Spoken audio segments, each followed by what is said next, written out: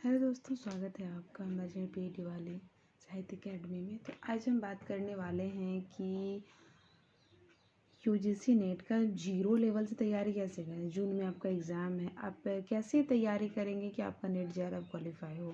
मेरे पास एक कमेंट आया था कि दीदी क्या अभी हम शुरुआत कर सकते हैं, क्या अभी हम अगर हम तैयारी शुरू करें तो क्या हम क्वालिफाई कर सकते हैं। तो बिल्कुल आप कर सकते हैं, क्योंकि कभी भी देर नहीं होता है। आप एफ़र्ट उसमें ज़्यादा लगाएंगे, जो इंसान पहले से कर रहा है उसके मुकाबले आप मेहनत ज़्यादा करेंगे तो 100% आपका क्वालिफाई हो जाएगा।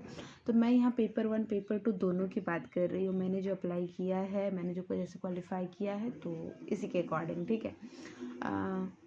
मैं तो बहुत बेहतर नहीं हूँ, मुझे इतना पता है, लेकिन मुझे इतना भी पता है कि अगर मैं कर सकती हूँ तो आप लोग भी कर सकते हैं, क्वालिफाई कर सकते हैं। तो आज हम सबसे पहले बात करेंगे दोस्तों पेपर 1 पे। पेपर 1 पे, फिर पेपर 2 पे हिंदी है मेरा, इसलिए मैं हिंदी के बारे में बताऊँगी, ठीक है। पेपर 1 की बात करेंगे तो सबसे पहले आप सिलेबस निकलवा लीजिए। अगर सिलेबस निकलवा कर यूज करना चाहते हैं प्रिंट आउट तो ठीक है, नहीं तो आप पतली जैसी कॉपी इस तरह की भी रख सकते हैं, ये डायरी टाइप से। और ये इसमें जैसे मैं अक्सर लिखती हूँ छोटी छोटी चीज़ों को, इसमें भी करके आप एक पेजेस में एक यूनिट, एक पेजेस में एक यूनिट ऐसे करके आप इसमें लिख सकते हैं। ये पेपर 1 के लिए मैंने कहा। पेपर 1 पेपर 2 का तो काफ़ी बड़ा सिलेबस है, तो उसके लिए प्रिंट आउट निकलवा लीजिए, नहीं तो 10 वाला जो बड़ा वाला कॉपी आता है 10 या 20 वाला, उसमें भी आप लिख सकते हैं। वो छोटी कॉपी भी होती है, पतली भी होती है, उससे आप बार बार नोट डाउन भी कर सकते हैं, मतलब पलट भी सकते हैं, तो वो आपका पेजेस उसमें ख़राब नहीं होगा। और वो प्रिंट आउट जो रहता है बार बार यूज़ करने से पेजेस थोड़ा वीक पड़ जाते हैं, ठीक है। तो सबसे पहले आप सिलेबस निकलवा लीजिए, पेपर 1 की मैंने बात किया है। और उसके बाद आप क्या कीजिए, प्रीवियस ईयर तो इम्पॉर्टेंट है ही, लेकिन उसके पहले आप जो टीचिंग, रिसर्च, आईसीटी, जितने भी हमारे टॉपिक लगे हुए हैं, कम्युनिकेशंस वगैरह, डीआई, आरसी जो भी है, इनका पहले नोट्स बनाइए। आरसी का क्या ही नोट्स बनाइएगा, मतलब टीचिंग का बनाइए, रिसर्च का बनाइए, कम्युनिकेशंस का बनाइए। उसके बाद इधर हो गया आपका आईसीटी का बनाइए। फिर यूनिट 9 यूनिट 10 भी आते हैं, इस सब का नोट्स बनाइए पहले, ठीक है। नोट्स कहाँ से बनाना, आप अगर कहीं पे यूट्यूब क्लास देख रहे हैं या फिर अदर कोई फील्ड में आप क्लास देख रहे हैं तो वहाँ से कीजिए। जो इंपॉर्टेंट है वही, ऐसा नहीं कि बस कॉपी छापते जा रहे हैं, नहीं। जो वहाँ पे टीचर बता रहा है ना, ये बहुत ज़्यादा इंपॉर्टेंट है, उस टाइप से। और बाकी चीज़ों को समझना है, ग्रहण करना है, ठीक है। उसके बाद पहले आप ये कीजिए, और उसके बाद क्या कीजिए, डीआई, आरसी और मैथ्स, रीजनिंग। मैथ्स अगर आपसे होता है तो ठीक है, नहीं होता है तो आप रीजनिंग तो आपसे बनेगा ही। रीजनिंग पे, डीआई पे और आरसी पे काम कीजिए, ठीक है। मतलब डेली एक एक, मैं ज़्यादा नहीं बोलूँगी, एक एक कीजिए। अभी भी आपके पास इतना टाइम है कि आप एक एक भी डेली सॉल्व करेंगे ना, तो आप पेपर में अपना अच्छा कर पाएंगे, ठीक है। तो ये कीजिए, 3 चीज़ें हो गई। और चौथी चीज़ें, उसके बाद क्या कीजिए कि 5 साल का प्रीवियस ईयर पेपर 1 का, क्योंकि इसमें जो होता है ना कि सीटिंग पे पेपर चेंज होते हैं ना पेपर 1 के, तो इसमें मतलब एक ही अगर ईयर के आप निकालेंगे ना, तो बहुत जितने शिफ्टों में हुआ था ना वो सारा आपका आ जाएगा, बहुत ज़्यादा है। मैंने 5 साल तो फिर भी बहुत ज़्यादा बोल दिया। अगर आप 3 साल के भी हर शिफ्ट के क्वेश्चन पेपर सॉल्व कर लेते हैं तो आपका हो जाएगा वहाँ से, ठीक है। बहुत ज़्यादा नहीं जाना है, कम ही पढ़ें, हाँ। और जो भी आप क्वेश्चंस कर रहे हैं दोस्तों, उसका जो समाधान है, यानी कि उसका जो सोल्यूशन होगा आपका, उसको एकदम गहनता से पढ़िए, ठीक है। देखिए कि यहाँ से क्वेश्चंस बना है तो यहाँ से भी क्वेश्चंस बन सकते हैं, ठीक है। तो वो चीज़ें अगर आप वहाँ से क्लियर करेंगे, और उसके बाद लास्ट टाइम जो आपका नोट्स हो गया, प्रीवियस ईयर हो गया, क्या इंपॉर्टेंट है वो सारा कुछ हो गया, तो लास्ट में आप क्या कीजिए ना कि टॉपिक वाइज आप एमसीक्यू देने का कोशिश कीजिए। जो उसमें कमी रह गई उस पर काम कीजिए, ठीक है। ये चीज़ें हो गई। उसके बाद पी वाई क्यू ही आप लगातार करना चाहते हैं तो ठीक है लास्ट टाइम तक, नहीं तो आप एमसीक्यू भी कर सकते हैं, पी वाई क्यू भी कर सकते हैं। जैसे कि एक 1 ईयर के छोड़ दीजिए, जैसे कि अभी जो लेटेस्ट एग्जाम हुए ना, तो 2023 के छोड़ दीजिए, उसके पहले के सॉल्व कीजिए। क्यों छोड़ दीजिए, ये जो 2023 का आपका रहेगा ना, वो जबकि तैयारी पुष्ट हो जाएगी, पूरी तरह से बेहतर हो जाएगी ना, उसके बाद आप उसको फाइट कीजिएगा, फिर उसको आप सॉल्व कीजिएगा, ठीक है। तो वो आपके लिए 100% यूजफुल रहेगा, ठीक है। तो ये चीज़ें हो गई। पेपर 1 के लिए मैंने बहुत ही शॉर्ट टर्म में बताने का कोशिश किया है। अब पेपर 2 की बात करेंगे, हिंदी, जो मेरा हिंदी सब्जेक्ट है। तो इसमें भी सबसे पहले आप सिलेबस निकलवाइए, नहीं तो मेरा तो मानना है कि मैंने तो लिख लिया था सारा, तो नोट डाउन कर लीजिए जैसा आपको कंफर्टेबल लगे।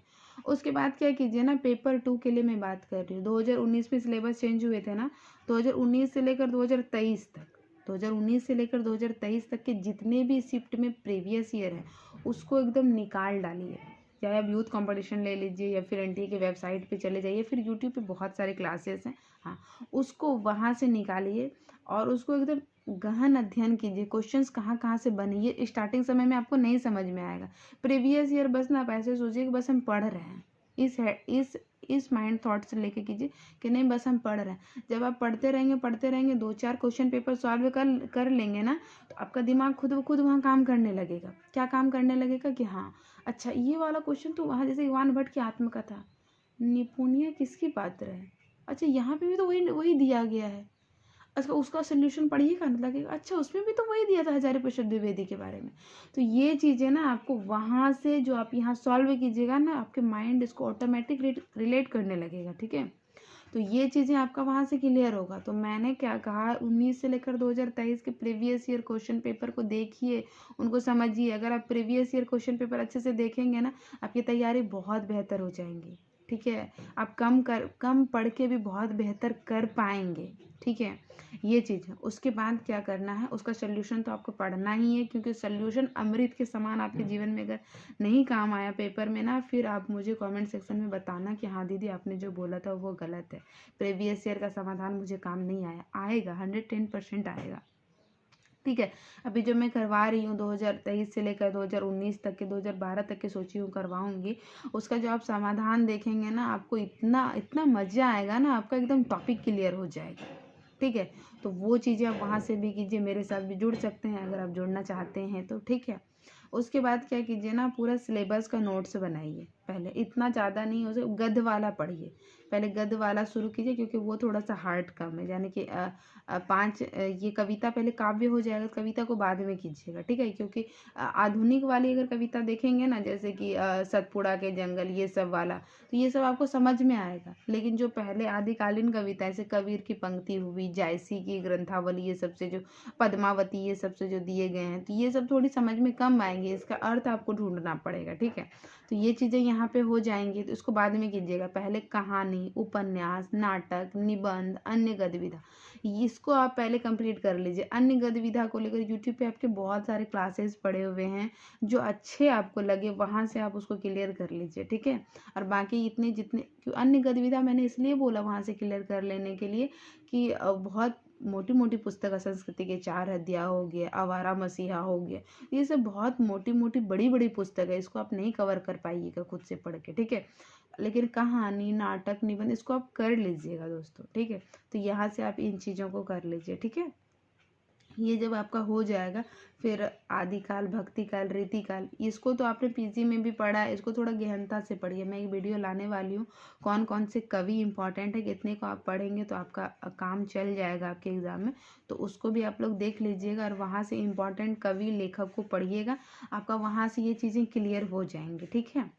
तो ये हो गया। उसके बाद टॉपिक वाइज, जैसे कि अगर आदिकाल मैंने पढ़ा है तो आदिकाल का मॉक टेस्ट दीजिए, टेस्ट दीजिए, जो भी कीजिए लेकिन टेस्ट जरूर दीजिए। उसके बाद पेपर 1 की बात, सॉरी यूनिट 1 की बात करेंगे भाषा विज्ञान को लेकर, तो भाषा विज्ञान का भी नोट्स बनाइए। ये ना भाषा विज्ञान वाला बहुत सारा क्वेश्चंस, तो आपको भोलानाथ तिवारी तो बोलता है बुक की, ठीक है, बट मैंने उतना नहीं किया। आप दृष्टि वाली अगर बुक भी पढ़ोगे ना दोस्तों, आपको वहाँ से भी हो जाएगा। बहुत ज़्यादा पुस्तकों के पीछे नहीं भागें। यूनिट 2 हिंदी साहित्य के इतिहास के लिए सरस्वती गोविंद पांडे को पढ़ लें, आपका काम चल जाएगा, ठीक है। 6 से लेकर 10 तक के लिए आप नेट का उपयोग करें, गूगल का उपयोग करें, वहाँ से पढ़ लें, वो आपका वहाँ से वो काम चल जाएगा। और पढ़ते हुए पेन रखें, रफली नोट डाउन करते चलें, बस ऐसे ही नहीं कि बस मैंने पढ़ लिया और हो गया, नहीं, ऐसा नहीं करना है, ठीक है। तो ये चीज़ें करें, 2 चीज़ें बता दिए। तीसरी, काव्य शास्त्र के लिए भी आपका दृष्टि वाला बुक परफेक्ट है। वहाँ पे आपकी बहुत, बुक नहीं बोल सकते, गाइड बोल सकते हैं, सॉरी। तो वहाँ से भी उन चीज़ों को आप क्लियर कीजिए, या पाश्चात्य काव्य शास्त्र, भारतीय काव्य शास्त्र, वहाँ से आपका क्लियर हो जाएगा, ठीक है। क्योंकि उसमें भी अच्छी तरह से ही दिए गए। कोई भी जो इस पुस्तक को बनाया तो कुछ सोच के ही ना बनाया होगा। ये भी इंसान बोलता है गाइड के पीछे नहीं भागो, गाइड के पीछे नहीं भागो। तो आप मूल पुस्तकों को बहुत ज़्यादा विद्वान बन के भी क्या कीजिएगा, मेरा यही मानना है। आपको एग्ज़ाम क्वालिफाई करना है ना, आपको असिस्टेंट प्रोफेसर बनना है, आपको जॉब लेना है, अपना एक नया करियर शुरू करना है, तो उतना ज़्यादा मत भागिए, अपनी खुद की सुनिए कि आपके लिए क्या परफेक्ट है। दूसरे तो बहुत बहुत तरह से बोलेंगे, आप प्रीवियस ईयर देखिए, उनका एनालिसिस कीजिए और पढ़ाई कीजिए अपना, ठीक है। अभी भी ज़्यादा कुछ देर हुआ नहीं है, आप अगर डेली का 8 घंटा 9 घंटा अगर पढ़ाई करते हैं ना, 8 घंटा नहीं 6 घंटा कर सकते हैं ना, 7 घंटा कर सकते हैं, लेकिन हाँ डेडिकेशन के साथ आपको करना होगा। आप कीजिए, 100% आपका क्वालिफाई होगा। मैंने जो लागू किया था अपने जीवन में, मैंने जैसे क्वालिफाई किया है, मेरी क्या कुछ कमी रह गई थी, मेरा जीआरएफ नहीं हुआ था बट मेरा नेट क्वालिफाई हुआ। मैं IM मतलब रिसर्च स्कॉलर हूँ, तो मेरा साथ साथ हो गया है। तो मैं भी यूट्यूब पे आप लोगों के साथ जुड़ी हुई हूँ। मुझे उम्मीद है कि आप लोग को मेरी बातें पसंद आएगी और आप लोग ऐसे ही अप्लाई कीजिएगा। 100% आपका जून नेट जीआरएफ आपका होगा और मैं भी लगी हुई हूँ साथ में जीआरएफ के लिए। तो मिलते हैं नेक्स्ट वीडियो में। अगर आप मुझे सपोर्ट करना चाहते हैं तो मेरे साथ जुड़िए। और मैं ज़्यादा कुछ नहीं बोलूँगी, मेरा बस एक ही मोटिव है कि अपनी जानकारी को आप तक पहुँचाऊँ। अपने मेरे पास जितने नोट्स वगैरह ये सब कुछ हैं, जिससे कि लगे कि चीज़ें आसान हो, वो चीज़ें पहुँचाऊँ। इसके साथ साथ मैं अभी प्रीवियस ईयर करवा रही हूँ, तो जुड़े रहें हमारे साथ। तब तक के लिए थैंक यू सो मच।